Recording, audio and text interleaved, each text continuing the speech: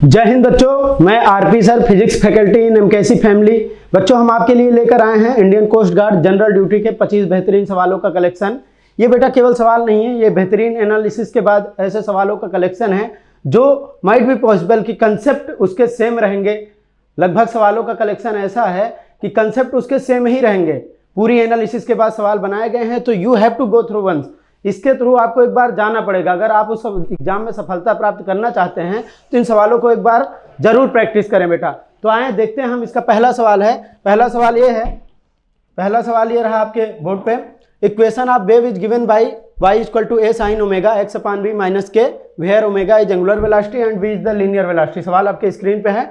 Dimensional formula k का प्राप्त करना है। तो ये क्या है? तरंग का समीकरण दिया हुआ है, y बराबर a sin omega x upon B minus के।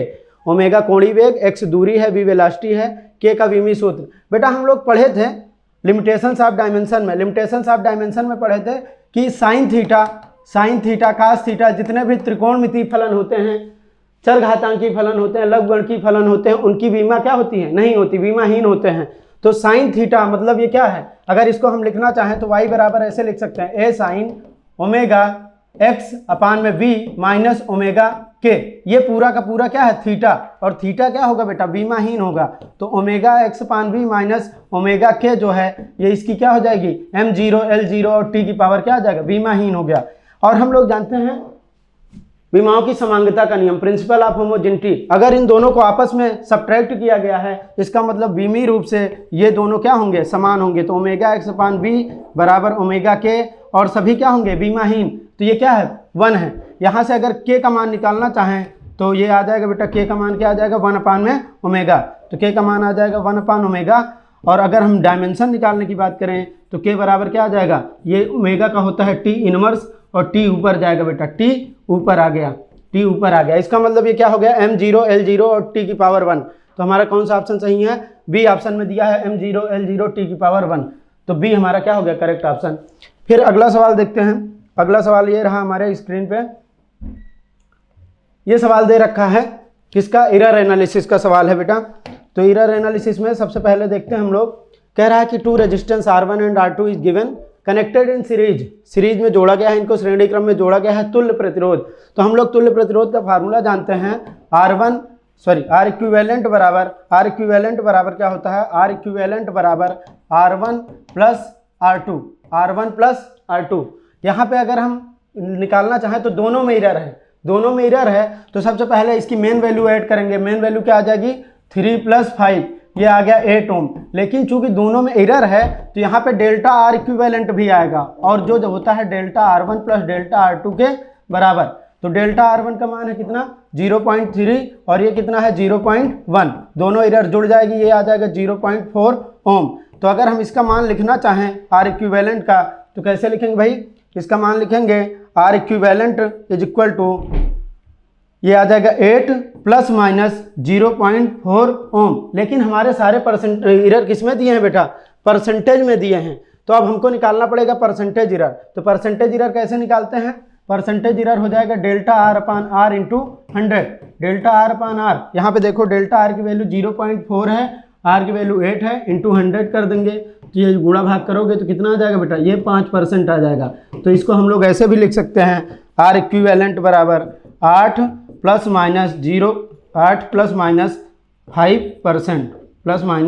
5%। तो ये हमारा कहाँ पे दिया हुआ है? 8 ओम ± 5%, ये दिया हुआ है डी वाले में। तो डी हमारा क्या हो गया? करेक्ट ऑप्शन हो गया। फिर अगला सवाल है। अगला सवाल, क्या आपने भी देखा है भारतीय सेना में जाने का सपना? मेजर कलसी क्लासेस करेगा आपके ऐसे हर सपने को साकार। जुड़िए हमारे ऑफलाइन क्लासरूम प्रोग्राम के साथ, जहां आपको मिलेगा एक्सपर्ट फैकल्टी टीम का guidance, best defence oriented books, बेहतरीन physical training, doubt counter facilities, special current affair की क्लासेस और monthly unit test.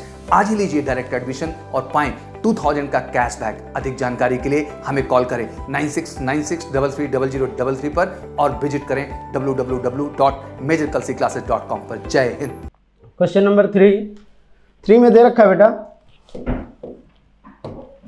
When speed of a car is v, minimum distance over which it can be stopped. मतलब कोई car है, कोई गाड़ी है, वो v स्पीड से चल रही तो उसको रोकने के लिए x दूरी चाहिए। कह रहा है कि उसकी स्पीड n गुना हो जाए, nv हो जाए, तो उसको रोकने के लिए कितनी दूरी चाहिए। जबकि हम लोग क्या कर रहे हैं, फोर्स सेम लगाएंगे। दो कंडीशन होती, एक बेटा अगर v वेलोसिटी से चल रही है, हम अगर F फोर्स लगाएंगे, x दूरी में रुक रही है, अगर वो n गुना वेलोसिटी से चल रही तो दो कंडीशन पॉसिबल। अगर उतना ही फोर्स लगाओगे तो दूरी बढ़ जाएगी, दूरी बढ़ जाएगी, और अगर हम उतनी ही दूरी में रोकना चाहते हैं तो हमको फोर्स का मान बढ़ाना पड़ेगा। दो कंडीशन हो रही। ये कह रहा है कि फोर्स सेम लगाएंगे और दूरी कितनी होगी, दूरी के बारे में पूछा है। तो अगर कोई भी चीज रुक रही है तो हमारे पास इक्वेशन होता है v बराबर यू स्क्वायर माइनस 2as, और ये रुक रही है तो इसका फाइनल वेलोसिटी क्या हो जाएगा, 0। यू स्क्वायर बराबर क्या आ जाएगा, 2as। और यहाँ पे देखो अगर s बराबर लिखना चाहें तो s बराबर आ जाएगा यू स्क्वायर अपान में 2a। 2a तो कांस्टेंट है, इसका मतलब s is directly proportional to u square. अब यहाँ से अगर s1 s2 की बात करें, s1 अपान में s2, तो ये आ जाएगा u1 स्क्वायर अपान में u2 का स्क्वायर, u1 स्क्वायर अपान में u2 का स्क्वायर। यहाँ पे क्या कह रहा है, u1 का मान u है और इसका मान क्या है, nu है, या v लिख लो, v दिया हुआ है बेटा, तो v है और इसका मान क्या है, nv का। इसका भी स्क्वायर करेंगे, इसका भी स्क्वायर करेंगे, स्क्वायर करोगे तो ये कट जाएगा। s1 का मान है x बटा है, s2 निकालना है तुमको, और ये v स्क्वायर से v स्क्वायर कट जाएगा, ये क्या आ जाएगा 1 अपान n स्क्वायर। क्रॉस मल्टीप्लाई करोगे तो s2 का मान मिल जाएगा n स्क्वायर इंटू x। देख लेते हैं हमारे ऑप्शन कौन कौन से हैं। तो इसमें ऑप्शन दिया हुआ है x/n, nx और n स्क्वायर x। तो हमारा कौन सा ऑप्शन सही हो जाएगा, D is the correct option. D क्या है बेटा, हमारा करेक्ट ऑप्शन। बताओ कोई कंफ्यूजन। फिर इसके बाद हम अगला सवाल देखते हैं। सवाल है हमारे ये स्क्रीन पे, क्वेश्चन नंबर 4। कह रहा है कि एक बॉडी है projected from the ground with velocity 3i plus 10j cap, the maximum height attend and the range of the body. मतलब किसी भी पिंड को प्रक्षेपित किया गया है 3i प्लस 10j कैप से, और कह रहा है कि इसका अधिकतम ऊंचाई कितना जाएगा, दूसरा ये कितने क्षैतिज दूरी जाएगा परास। तो हम लोगों को फार्मूला पता है भाई कि ये जो होता है अधिकतम ऊंचाई h बराबर क्या होता है, यू वाई का स्क्वायर अपान में 2g, और यू वाई मतलब कितना हो जाएगा बेटा, यू वाई बोले तो ये यू एक्स है, ये यू एक्स है, और ये क्या है यू वाई है। तो यू वाई मतलब 10 का स्क्वायर, ये 10 इंटू 10 अपान में कितना आ जाएगा 2 इंटू 10, ये कट जाएगा, और ये कितना आ जाएगा बेटा 5 मीटर। तो अधिकतम ऊंचाई कितनी आ जाएगी 5 मीटर। और रेंज जब निकालते हैं तो रेंज का फार्मूला होता है 2ux यू वाई अपान में g। तो 2ux का मान 3 दिया है, ui का मान 10 दिया हुआ है, 10 से 10 कट जाएगा, ये कितना आ गया 6 मीटर। तो देख लेते हैं हमारे ऑप्शन कौन कौन से दिए हैं। अधिकतम ऊंचाई 5 मीटर, 6 मीटर। तो पहला ऑप्शन हमारा क्या हो गया बेटा, करेक्ट ऑप्शन हो गया। तो फर्स्ट क्या हो गया, करेक्ट ऑप्शन। फिर अगला सवाल है,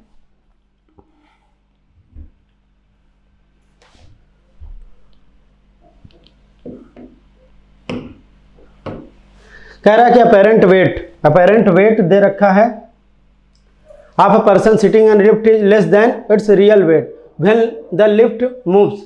तो भाई लिफ्ट का एनालिसिस हम लोगों ने कर रखा है कि लिफ्ट में बैठे हुए व्यक्ति का आभासी भार कम प्रतीत होता है।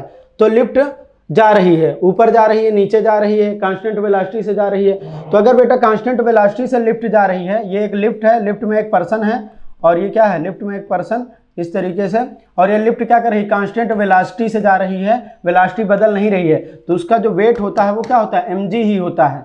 और जब ये लिफ्ट क्या करेगी, ए एक्सीलरेशन से ऊपर जाती है, तो इसका क्या होता है, अपेरेंट वेट W बराबर हो जाता है mg प्लस a, जो कि क्या है, W अपेरेंट किससे होता है, इसके एक्चुअल वेट से ज़्यादा होता है, मतलब इसके वास्तविक भार से आभासी भार ज़्यादा होता है। और अगर लिफ्ट नीचे जा रही होती है एक्सीलरेशन से, तो W बराबर हो जाता है mg माइनस a, और इस समय जो अपेरेंट वेट आता है वो क्या होता है बेटा, वो कम होता है किससे, इसके एक्चुअल वेट से। तो कौन सा केस है बेटा, जब लिफ्ट कहाँ जा रही होगी, लिफ्ट जा रही होगी नीचे जाएगी, तो उसका आभासी भार क्या होगा, कम। और नीचे कैसे बेटा, एक्सीलरेशन से, तो downward with an acceleration, B is the correct option. ये देख लो हिंदी में भी यही सवाल है, लिफ्ट में बैठे हुए व्यक्ति का आभासी भार कम है, वास्तविक भार से कम है, तो लिफ्ट क्या हो रही है, निश्चित त्वरण ए से नीचे की ओर आएगी। जब नीचे की ओर आएगी तो उसका आभासी भार क्या होगा, कम प्रतीत होगा। फिर अगला सवाल है बेटा,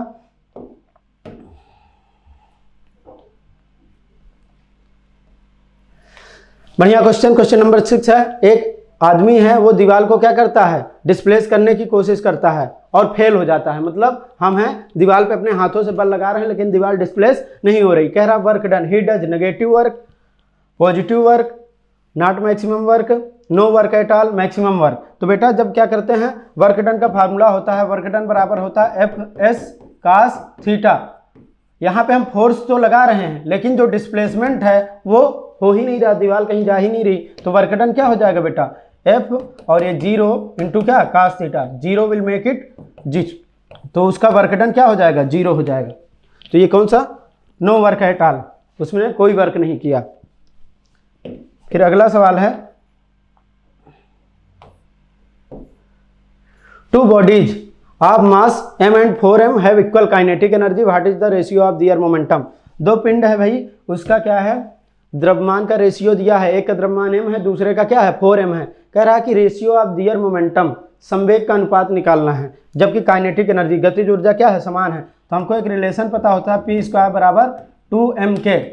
अगर दोनों की काइनेटिक एनर्जी समान हो जाएगी बेटा तो p² डायरेक्टली प्रोपोर्शनल टू क्या हो जाएगा, m। इसका मतलब P1/P2 का स्क्वायर जो आएगा, P1/P2 का जो पूरा स्क्वायर आएगा वो m1/m2 के बराबर हो जाएगा, या यूं कह सकते हैं P1/P2 जो हो जाएगा √m1/m2, ये फार्मूला होता है। अब ये कह रहा है कि m1 कितना है, m है, m2 कितना है 4m है, तो ये m से m कैंसिल हो जाएगा रूट के भीतर और 1/4 क्या निकल आएगा 1/2। तो इस तरीके से हमारा रेशियो क्या आ गया, 1 और 2 का रेशियो आ गया 1:2। तो ए हमारा क्या हो गया, करेक्ट ऑप्शन। फिर अगला सवाल देखते हैं, क्वेश्चन नंबर 8।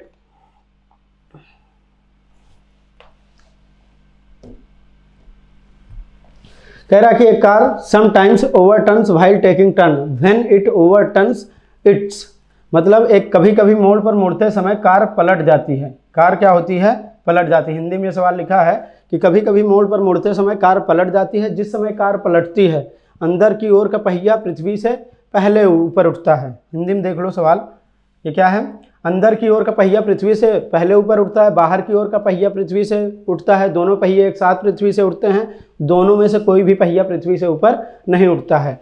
इंग्लिश में यही सवाल है बेटा। इंग्लिश में सवाल है, car sometimes overturn while taking a turn when it overturn inner wheel leaves the ground first. पहले अंदर वाला पहिया उठता है कि बाहर वाला, ये डिसाइड करना है कि दोनों सेम समय पे उठते हैं। तो भाई एक कार है, चलो आओ इसको देखते हैं। एक कार है हमारे पास, ये इस तरीके से क्या है, एक कार की बॉडी है और ये ऐसे इस तरीके से मोड़ पे मुड़ रही है। जब मोड़ पे मुड़ेगी बेटा तो सर्कुलर वृत्ताकार मोड़ पर मुड़ने के लिए क्या चाहिए होता है उसको, अभिकेंद्र बल, सेंट्रीपिटल फोर्स चाहिए। और सेंट्रीपिटल फोर्स कौन प्रोवाइड करता है, सड़क तथा टायर के बीच लगने वाला फ्रिक्शन फोर्स, घर्षण बल, रोड एंड टायर के बीच लगने वाला friction force.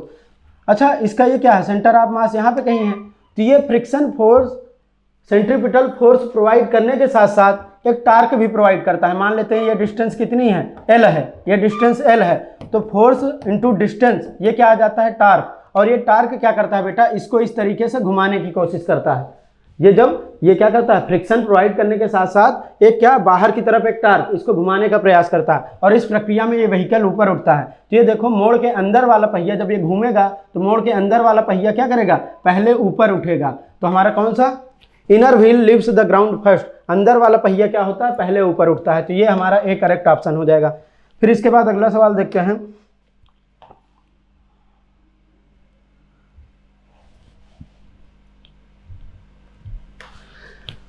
A ballet dancer dancing on the smooth floor is spinning about a vertical axis with her arm।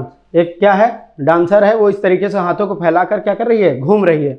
बड़ी ओमेगा दे रखा है 20 रेडियन पर सेकंड की वेलोसिटी से वो क्या कर रही है, घूम रही है। कह रहा when she stretches her arms fully, वो अपने हाथों को क्या करती है, इस तरीके से समेट लेती है।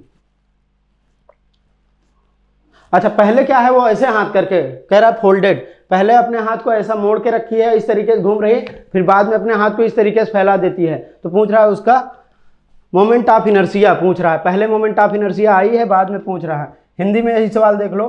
चिकने फर्श पर नृत्य कर रही एक नर्तकी अपने हाथों को सिकोड़े हुए 20 रेडियन पर सेकंड के वेग से घूम रही है। जब वो अपने हाथ को फैला देगी तो पूछ रहा है कि वो 10 रेडियन पर सेकंड की वेग से घूम रही। कह रहा है कि दोनों के मोमेंट ऑफ इनर्शिया में क्या चेंज हुआ। तो देखो मोमेंट ऑफ इनर्शिया, हमको एक थ्योरम पता है, कंजर्वेशन ऑफ एंगुलर मोमेंटम, कोणीय संवेग संरक्षण का नियम। ये होता है बेटा I1 ओमेगा 1 बराबर क्या होता है I2 ओमेगा 2। I1 ओमेगा 1 बराबर I2 ओमेगा 2।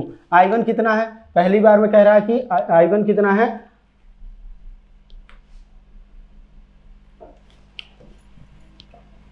हाँ, इनिशियल मोमेंट ऑफ इनर्शिया क्या है I1 का मान दिया हुआ है I1 का मान क्या दिया हुआ है I, और ओमेगा 1 कितना दिया हुआ है, ओमेगा 1 पहले क्या है 20 है।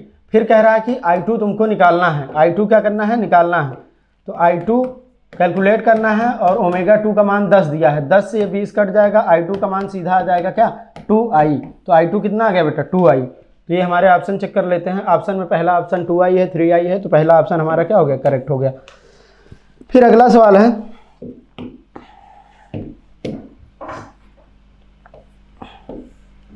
When a body is brought to the pole from equator, then its weight। ये भाई हमारा अर्थ जो है, अर्थ हमारा कुछ इस तरीके ओवल शेप का है, ध्रुवों पर चपटी है और विषुवत रेखा पर इक्वेटर पर क्या है, फैली हुई है। पोल्स पर क्या है, दबी हुई है और इक्वेटर पे फैली हुई है। तो भाई हमारा जो जी का मान होता है स्मॉल जी बराबर होता है जी एम ई अपान में आर ई का स्क्वायर। अब रेडियस क्या है, इक्वेटर पे ज़्यादा है और पोल पे क्या है कम, और ये रेडियस के इनवर्स स्क्वायर के प्रोपोर्शनल है। मतलब अगर रेडियस घटेगी तो जी का मान क्या होगा, बढ़ेगा, रेडियस बढ़ेगी तो जी का मान क्या होगा, घटेगा। तो जहाँ पे रेडियस ये जी एट इक्वेटर है और ये जी एट पोल है और रेडियस धीरे धीरे क्या हो रही है बेटा, घट रही है, तो जी का मान बढ़ रहा है। जब हम क्या कर रहे हैं, विषुवत रेखा से हम कहाँ जा रहे हैं, पोल पे जा रहे हैं, तो जी का मान बढ़ रहा है। और जब पोल से इक्वेटर पे आ रहे हैं, ध्रुवों से विषुवत रेखा पर आ रहे हैं, तो जी का मान क्या हो रहा है, घट रहा है, क्योंकि रेडियस क्या हो रही है, बढ़ रही है। तो कोई वस्तु है बेटा, उसका भार के बारे में पूछा है, वेट बराबर होता है mg। मास तो हमेशा कांस्टेंट ही रहेगा, लेकिन जैसे जैसे जी चेंज होगा वैसे वैसे उसका वेट क्या होगा, चेंज होगा। कहाँ से ले आ रहे हैं बेटा, वस्तु को विषुवत रेखा से ध्रुवों की ओर। तो हम कहाँ से, विषुवत रेखा से ध्रुवों की ओर ले जा रहे हैं, तो जी का मान क्या हो रहा है, बढ़ रहा है, तो भार भी क्या होगा बेटा, भार भी बढ़ेगा उसका। तो कौन सा आ जाएगा बेटा, इंक्रीज, उसका भार क्या होगा, बढ़ेगा। फिर अगला सवाल है क्वेश्चन नंबर 11।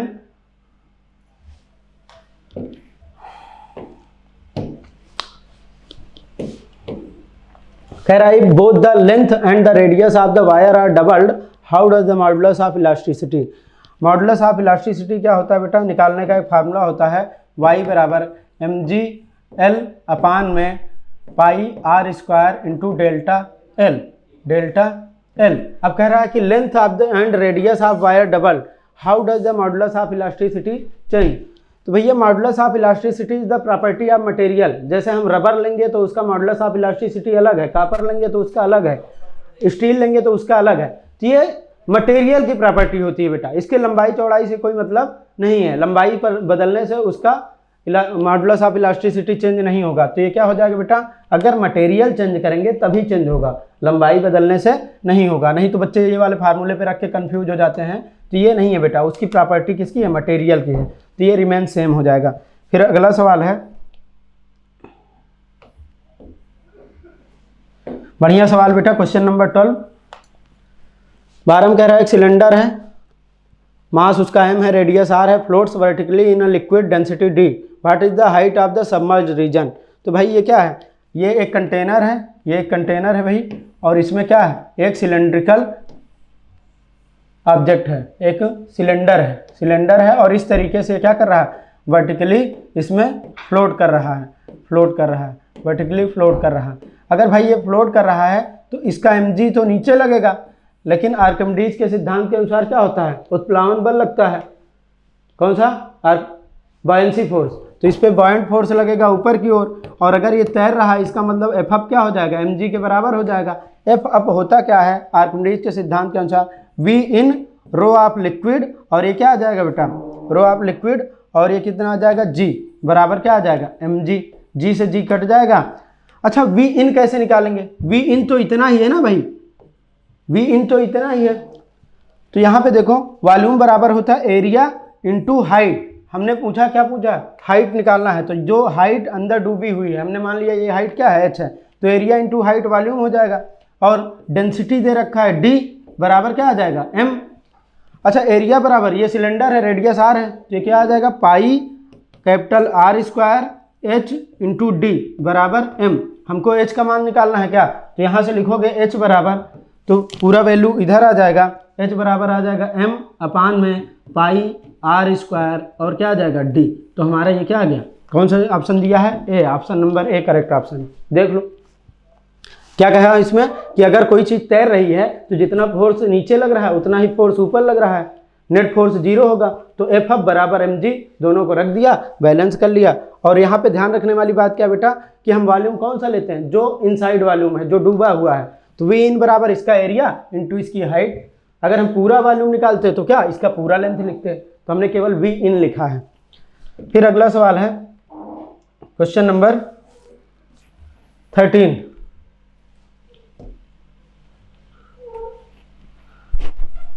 तो क्वेश्चन नंबर 13 में है difference of temperature 25 degree centigrade is equivalent to difference of. तो कह रहा है कि डिफरेंस फ़ारेनहाइट में निकालना है तुमको, ऑप्शन सारे फ़ारेनहाइट में दिए हैं। तो कह रहा है 25 डिग्री सेंटीग्रेड तापांतर के समान तापांतर होगा।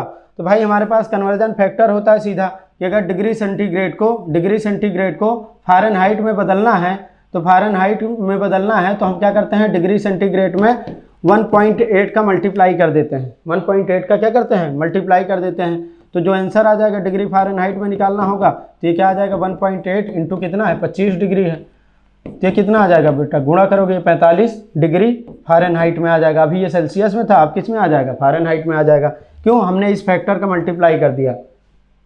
हम लोग जानते हैं C/5 बराबर F-32, उसी से आता है बेटा। ये क्या होता है उसके, ऐसे देखो सेल्सियस इसके इसमें 100 होते हैं कॉलम, और इसमें क्या होते हैं 180 होते हैं। तो इसके 100 किसके हैं, 180 के बराबर हैं। तो इसी फैक्टर 1.8 आता है, उसी का मल्टीप्लाई कर देते हैं, तो क्या आता है फ़ारेनहाइट में बदल जाता है। तो ये कितना आ जाएगा हमारा 45 degree is the correct option.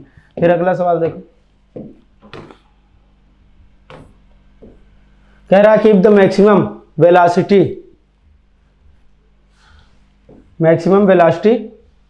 We nought दे रखा है बेटा। तो मैक्सिमम वेलोसिटी वी नॉट है पार्टिकल, देन द वेलोसिटी। तो वेलोसिटी का इक्वेशन क्या होता है भाई, वेलोसिटी का इक्वेशन होता है, वेलोसिटी बराबर होता है अंडर रूट ये क्या आ जाएगा, ये ओमेगा, और ये होता है ए स्क्वायर माइनस वाई स्क्वायर। तो कह रहा है कि वहाँ पर हाफ एम्पलीट्यूड, मतलब जो डिस्प्लेसमेंट है वो कितना है, a/2 के बराबर है। तो a/2 के बराबर हो जाएगा, तो यहाँ पर रखोगे तो v बराबर क्या आ जाएगा, v बराबर ओमेगा अंडर रूट ए स्क्वायर माइनस a/2 का whole square, that is a²/4। यहाँ से क्या आ जाएगा ओमेगा, और ये आ जाएगा बेटा √3 a²/4। यहाँ से आ जाएगा ओमेगा था बेटा, ओमेगा स्क्वायर में ओमेगा, और यहाँ पे क्या आ जाएगा ओमेगा ए बाहर आ जाएगा, और ये क्या आ जाएगा √3/2 ओमेगा इंटू ए को हम क्या बोलते हैं, मैक्सिमम वेलोसिटी। तो ये v नॉट अंडर √3/2 आ गया। तो v नॉट अंडर √3/2 किस में है, 2 रूट के बाहर है बेटा। देखो दोनों ऑप्शन में कंफ्यूज नहीं होना, इसमें पूरे रूट लगा है, इसमें केवल √3 लिखा हुआ है। तो डी हमारा क्या हो जाएगा, करेक्ट ऑप्शन हो जाएगा। तो ये है वेलोसिटी इन एसएचएम, सरल आवर्त गति में वेग का इक्वेशन। अगर ये बोला है आधे एम्पलीट्यूड पर, मतलब जो डिस्प्लेसमेंट है, विस्थापन है, वो क्या है a/2 है, तो y की जगह a/2 रख देंगे, हमारा ये आंसर आ जाएगा। फिर अगला सवाल है question number 15।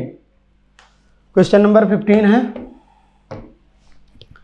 If the length of a simple pendulum is increased by 4% then its time period will be. Length का, टाइम पीरियड का सिंपल पेंडुलम का फार्मूला होता है T बराबर 2π अंडर रूट L अपान में G। अगर यहाँ से हम लिखें बेटा, G का मान कह रहा है कांस्टेंट है, केवल लेंथ में हम बदल रहे हैं, तो जो कांस्टेंट है उसमें तो कोई एरर आती नहीं है। तो डेल्टा T अपान T इंटू 100 बराबर ये क्या आ जाएगा 2π, और G क्या है कांस्टेंट है, तो L की पावर 1/2 है, 1/2 आगे आ जाएगा, ये आ जाएगा डेल्टा L अपान L इंटू क्या आ जाएगा 100 आ जाएगा। यहाँ पे क्या है, लेंथ में कह रहा है 4% है, 4% का इंक्रीज किया है, तो इसमें क्या आ जाएगा, टाइम पीरियड में 2% का इंक्रीज आ जाएगा, मतलब उसका टाइम पीरियड क्या होगा, इंक्रीज बाई 2% हो जाएगा। फिर अगला सवाल है बेटा, अगला सवाल क्वेश्चन नंबर 16 है, और कह रहा है कि वेलोसिटी ऑफ गैस दे रखा है, velocity of sound in a gas is 330 metre पर second, pressure is increase by 4 times while keeping the temperature constant, the velocity of sound gas. तो यहाँ पे एक गलती होने की बड़ी संभावना होती है कि वेलोसिटी की जो इक्वेशन होती है under root gamma P upon में क्या होता है, साउंड की वेलोसिटी निकालने का फार्मूला ये है, इसी से आता है 330 मीटर पर सेकेंड। अगर प्रेशर को हम क्या कर दें 4 टाइम्स कर देंगे तो लोगों को लगता है कि ये क्या होगा 4 यहाँ पे रखोगे तो 2 बाहर आ जाएगा, वेलोसिटी 2 गुना हो जाएगी। लेकिन एक बात बताओ भैया, अगर प्रेशर को हम बढ़ा देंगे तो गैस क्या होगी, कंप्रेस हो जाएगी, मीडियम क्या हो जाएगा, कंप्रेस हो जाएगा, उसकी डेंसिटी भी तो बढ़ जाएगी। सेम जगह में कंप्रेस कर दिया, डेंसिटी भी बढ़ जाएगी। और इस बात को हम लोग प्रूव भी कर सकते हैं। हम लोग जानते हैं पीवी बराबर क्या होता है, एनआरटी होता है, एनआरटी होता है। इसका मतलब अगर हम प्रेशर को बढ़ा रहे हैं तो इसको हम ऐसे लिख दें, पीवी बराबर ये क्या है, नंबर ऑफ मोल है, तो मास अपान में मोलर मास, और ये क्या आ जाएगा आरटी। यहाँ से पी बराबर ये क्या आ जाएगा एम अपान में वी, और ये आरटी अपान में कैपिटल एम। ये क्या आ गया पी बराबर rho R T by M, rho R T by M. इसका मतलब कांस्टेंट टेम्परेचर पे अगर प्रेशर बढ़ाओगे तो जितना प्रेशर बढ़ाओगे उतना ही क्या होगा, डेंसिटी भी बढ़ेगी। मतलब प्रेशर अपान डेंसिटी का रेशियो हमेशा क्या रहेगा, कांस्टेंट रहेगा।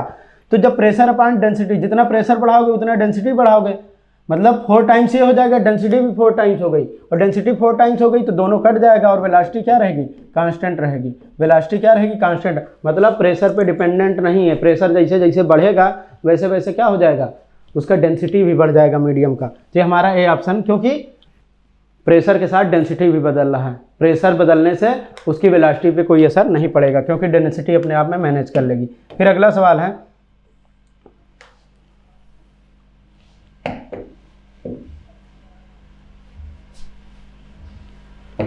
सवाल ये है बेटा, पॉजिटिव चार्ज 2 माइक्रोकूलम और 8 माइक्रोकूलम के चार्ज एक दूसरे से 15 सेंटीमीटर की दूरी पर रखे हैं, छोटे आवेश से कितनी दूरी पर वैद्युत क्षेत्र क्या होगा, शून्य होगा। तो लिख लेते हैं बेटा, एक हमारे पास 2 माइक्रोकूलम है और एक क्या है 8 माइक्रोकूलम है, 8 माइक्रोकूलम है।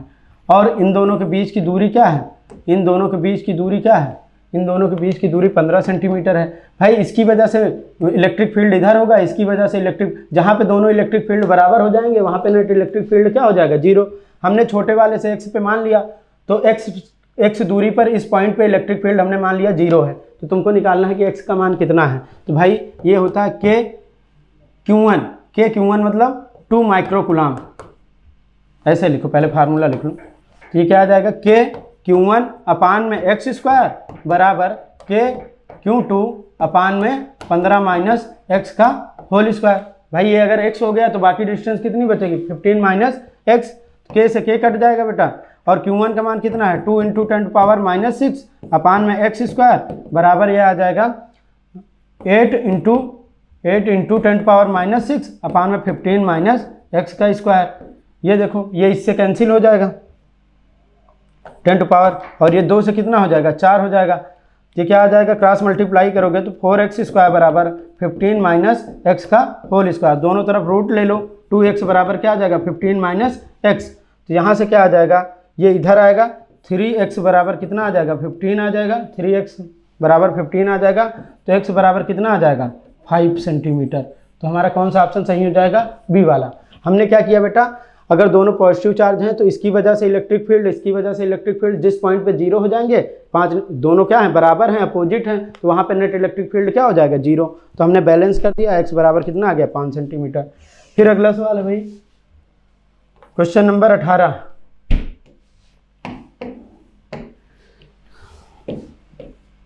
एक वायर है, एक तार है जिसका रेजिस्टेंस 16 ओम है, is bend in the form of circle, what is the effective resistance between diametrically opposite point. तो भाई एक बात बताओ, आपकी बेस्ट फ्रेंड किताबें होती हैं जो आपका करियर बनाती हैं और आपके ड्रीम्स को पूरा करती हैं। इसलिए मेजर कल सी क्लासेस लेकर आया है रक्षा क्षेत्र के सभी परीक्षाओं की संपूर्ण तैयारी के लिए एमकेसी पब्लिकेशन की तरफ से बेस्ट स्टडी मटेरियल, जो कि सेना द्वारा प्रेस्क्राइब्ड लेटेस्ट पैटर्न पर आधारित हैं, जिसमें आपको मिलेगा आसान भाषा में explanation, chapter wise question paper और ढेर सारे क्वेश्चन के कलेक्शंस, ढेर सारे शॉर्टकट और ट्रिक के साथ साथ क्वेश्चन को इजी, मीडियम और हार्ड लेवल में बांटा गया है। लास्ट 5 ईयर के क्वेश्चन को चैप्टर और टॉपिक वाइज मेंशन किया गया है, जो कि आपके 100% सफलता को सुनिश्चित करेंगे। तो देर किस बात की, तो आज ही ऑर्डर कीजिए अपनी डिफेंस प्रिपरेशन की बुक dlp.majorkalsiclasses.com से और कॉल कीजिए 9696330033 पर।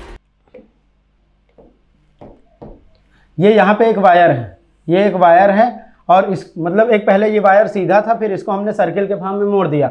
अब तुमसे पूछा इस पॉइंट और इस पॉइंट के बीच में, तो बताओ अगर ये वायर था पूरा, इसकी लंबाई कितनी थी, L थी, तो जब मोड़ दिया तो L/2 इधर आ गया, L/2 इधर आ गया, और दोनों एंड कैसे हैं बेटा, ये पैरेलल कॉम्बिनेशन हो गया, समांतर क्रम हो गया। तो समांतर क्रम में R बराबर हम लोग फार्मूला जानते हैं, रो L/A। मटेरियल सेम है, एरिया सेम है, तो जितना अगर लेंथ आधा हो जाएगा तो उसका रेजिस्टेंस भी क्या हो जाएगा, आधा। तो अगर ये बेटा 16 ओम था तो 8 ओम का इधर हो गया रेजिस्टेंस, 8 ओम का इधर हो गया, और दोनों पैरेलल क्रम में हैं, समांतर क्रम में हैं, तो ये क्या हो जाएगा 1/8 + 1/8, दोनों जोड़ दोगे 2/8, दैट इज 1/4। तो यहाँ से क्या आ जाएगा, R का कंपेरिजन करोगे, R बराबर क्या आ जाएगा 4। तो दोनों सिरों व्यास के विपरीत बिंदुओं के बीच प्रभावी प्रतिरोध कितना हो जाएगा, 4 ओम हो जाएगा। नोट कर लो। फिर अगला सवाल देखो भाई, क्वेश्चन नंबर 19 कह रहा है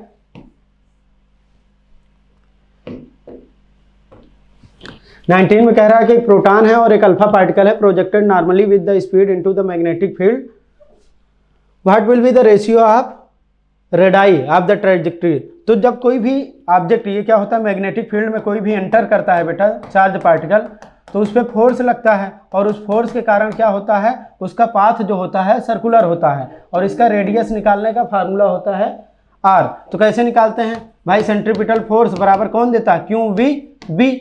यहाँ से क्या आ जाता है,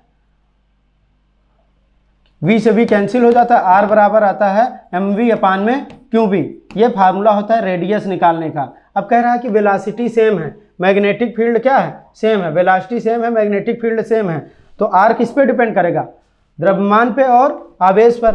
अच्छा, अब कह रहा है पहला जो प्रोटॉन है, तो प्रोटॉन का जो मास होता है, मास ऑफ प्रोटॉन वो m हो गया, और चार्ज ऑफ जो होता है, चार्ज ऑफ प्रोटॉन QP, ये QP क्या होता है, E के बराबर होता है। अल्फा कण क्या होता है, अल्फा कण का जो मास होता है बेटा वो हीलियम का नाभिक होता है, तो मास ऑफ अल्फा कण ये 4m हो जाता है, और जो चार्ज होता है अल्फा का वो क्या होता है 2E के बराबर हो जाता है। रख दो दोनों बातें यहाँ पे, तो यहाँ से तुमको पता चल जाएगा, यहाँ पे रखोगे भाई, ये हो जाएगा RP/R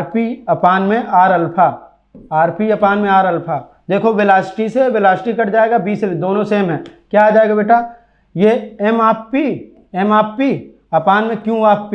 अच्छा, जो अल्फा वाला आएगा नीचे आ जाएगा, तो नीचे आ जाएगा तो उसका मास क्या हो जाएगा, उसका QV ऊपर चला जाएगा, Q/अल्फा और m/अल्फा। यहाँ पे रखोगे, मास ऑफ प्रोटॉन m है, मास ऑफ प्रोटॉन m है, और अल्फा का चार्ज कितना है 2E है, नीचे रखोगे किसका, प्रोटॉन का रखोगे E, और ये कितना आ जाएगा 4m आ जाएगा, E से E कट जाएगा, m से m कट जाएगा, 2 से 2 कट जाएगा, 1 रेशियो क्या आ जाएगा बेटा 2 आ जाएगा। तो ये B वाला हमारा क्या हो गया, करेक्ट ऑप्शन। 2 से 2 कट गया, नीचे क्या बचा हुआ है 1:2 बचा हुआ है।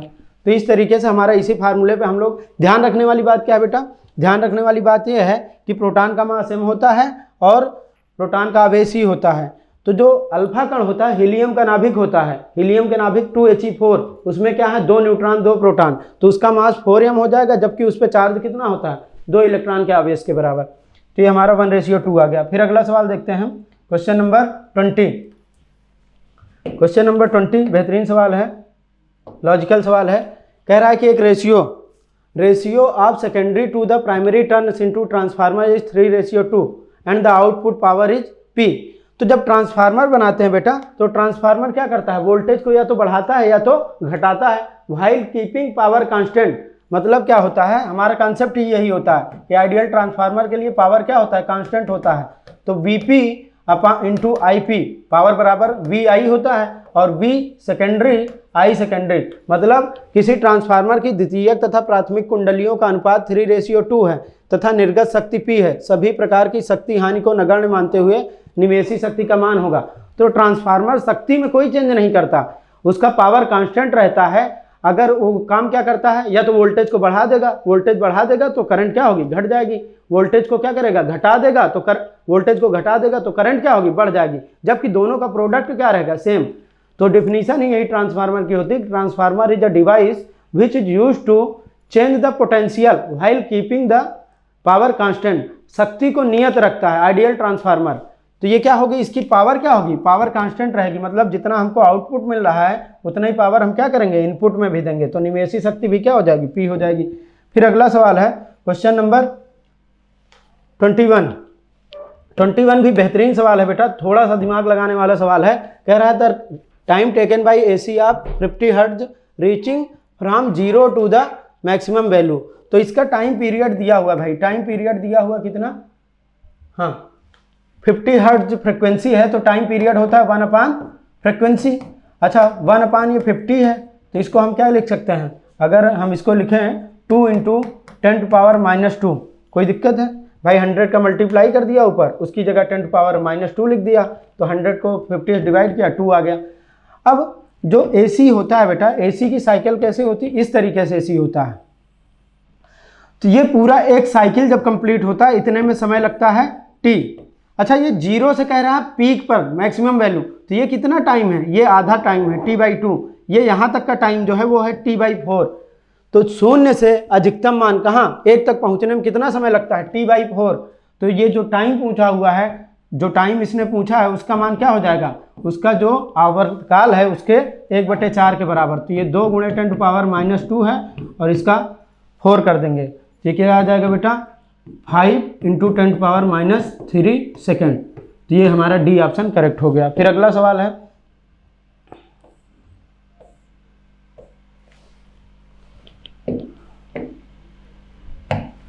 कह रहा है कि when light falls on the given plate an angle of incidence 60, reflected and refracted rays are found to be normal to each other, the refractive index पूछा है। किसी दिए गए पट्टी पर आपतन कोण 60 डिग्री है, जब प्रकाश पड़ता है तो परावर्तित तथा अपवर्तित किरणें एक दूसरे के लंबवत होती हैं। आओ देखते हैं भाई, ये क्या कह रहा है, ये एक पट्टी है, इस पर हमने नॉर्मल खींच लिया और नॉर्मल से 60 डिग्री का एंगल बनाते हुए कोई भी लाइट रे आ रही है, ये एंगल कितना है 60 डिग्री। अच्छा जो रिफ्लेक्टेड रे होगी वो 60 डिग्री का एंगल बनाते हुए वापस चली जाएगी, और कह रहा है कि जो रिफ्रैक्टेड रे है वो उसी के क्या है, रिफ्रैक्टेड रे है वो उसी के परपेंडिकुलर है। परपेंडिकुलर मतलब ये 30 है तो ये कितना हो जाएगा 60, तो ये जो एंगल बचेगा वो कितना हो जाएगा 30। एंगल ऑफ इंसिडेंस 60 है, आपतन कोण 60, अपवर्तन कोण क्या है 30 है। हम लोग फार्मूला जानते हैं sin I/sin r बराबर क्या हो जाएगा, sin r/ ये क्या आ जाएगा रिफ्रैक्टिव इंडेक्स, तो ये क्या आ जाएगा sin 60 अपान में sin 30, sin 60/sin 30 बराबर n। तो यहाँ से इसका मान आ जाएगा √3/2 अपान में 1/2, 1/2 से 2 कैंसिल हो गया, n का मान √3, तो n बराबर √3 की वैल्यू होती है 1.732। तो हमारा ऑप्शन कौन सा करेक्ट हो जाएगा 1.732, 1.732 इज द करेक्ट ऑप्शन। देख लो भाई, हमको पता है दोनों कह रहा है कि ये जो परावर्तित किरण है, परावर्तित किरण और अपवर्तित किरण दोनों के बीच का एंगल क्या है 90 डिग्री। ध्यान रखने वाली बात, जितने पे आएगी आपतित किरण परावर्तन कोण उतना ही होगा। तो ये 60 हो गया, 30 बचा, ये 60, तो बाकी कितना बचा, अपवर्तन कोण बचा 30 डिग्री। sin I/sin r कर दोगे क्या आ जाएगा, रिफ्रैक्टिव इंडेक्स आ जाएगा। अगला सवाल है क्वेश्चन नंबर 23, थ्योरेटिकल सवाल है बेटा, ऐसे सवाल अक्सर पूछ लिए जाते हैं। A ray of light travels in the optical fibre. तो ऑप्टिकल फाइबर क्या होता है, कम्युनिकेशन पर्पस से यूज किया जाता है। आजकल देखते हो रोड के किनारे क्या होती हैं, नीचे पाइपलाइंस बिछती रहती हैं, वो ऑप्टिकल फाइबर है बेटा। ऑप्टिकल फाइबर में क्या होता है, ऑप्टिकल फाइबर कुछ इस तरीके की पाइप होती है जिसके अंदर क्या होता है, कोई भी इंफॉर्मेशन या कोई भी सिग्नल क्या होता है, आता है और इस तरीके से ट्रेवल करता है। क्यों होता है बेटा, इसमें होता है टोटल इंटरनल रिफ्लेक्शन, पूर्ण आंतरिक परावर्तन के कारण कोई भी सिग्नल, कोई भी इंफॉर्मेशन क्या करता है, ऑप्टिकल फाइबर के अंदर ट्रेवल करता है। तो ये कह रहा है कि क्यों ट्रेवल करती है लाइट, क्योंकि इसके अंदर होता है टोटल इंटरनल रिफ्लेक्शन। तो एप्लीकेशन है किसका, पूर्ण आंतरिक परावर्तन का। फिर अगला सवाल है, बिल्कुल थ्योरेटिकल सवाल है, बढ़िया सवाल पूछा जाता है ऐसे। Near and far points of a healthy human eye respectively are. तो नियर पॉइंट क्या होता है, जब किसी वस्तु को ऐसे दूर से ले आओगे, ऐसे पास ले आते जाओगे, पास ले आते, एक टाइम तक वो क्लियर दिखती है, और पास ले आओगे तो फिर ब्लर होती जाती है, स्पष्ट दिखाई नहीं पड़ती। तो हम लोग किताब भी एक उचित दूरी पर रख कर देखते हैं। तो नियर पॉइंट क्या होता है, पर्सन टू पर्सन वेरी करता है, पर हम क्या करते हैं, औसत मान लेते हैं कि जो स्पष्ट दृष्टि की न्यूनतम दूरी होती है वो कितनी होती है बेटा, 25 सेंटीमीटर। तो नियर पॉइंट 25 सेंटीमीटर होता है और फार पॉइंट कहाँ होता है, अनंत तक होता है। तो ये 25 सेंटीमीटर एंड अनंत हो जाएगा।